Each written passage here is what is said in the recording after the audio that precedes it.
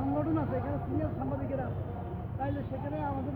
কথা বলার জায়গা আছে। কিন্তু এভাবে সোশ্যাল মিডিয়াতে কাউকে হ্যাঁ প্রতিপন্ন করে মিথ্যা করে আঞ্চলিক কল্পকাহিনী সাজিয়ে বলা, এটা অত্যন্ত নিন্দনীয় ব্যাপার। আমরা এর প্রতিবাদ জানাই এবং আশা করি প্রশাসন যে কোনো সময় যে সাংবাদিকদের এবং যে কোনো সাংবাদিকের বিরুদ্ধে অসংগতিপূর্ণ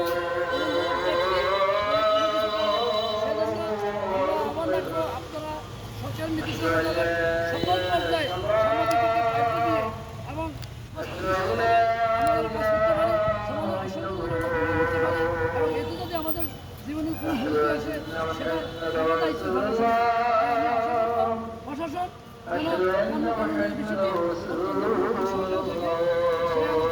আমি পক্ষ থেকে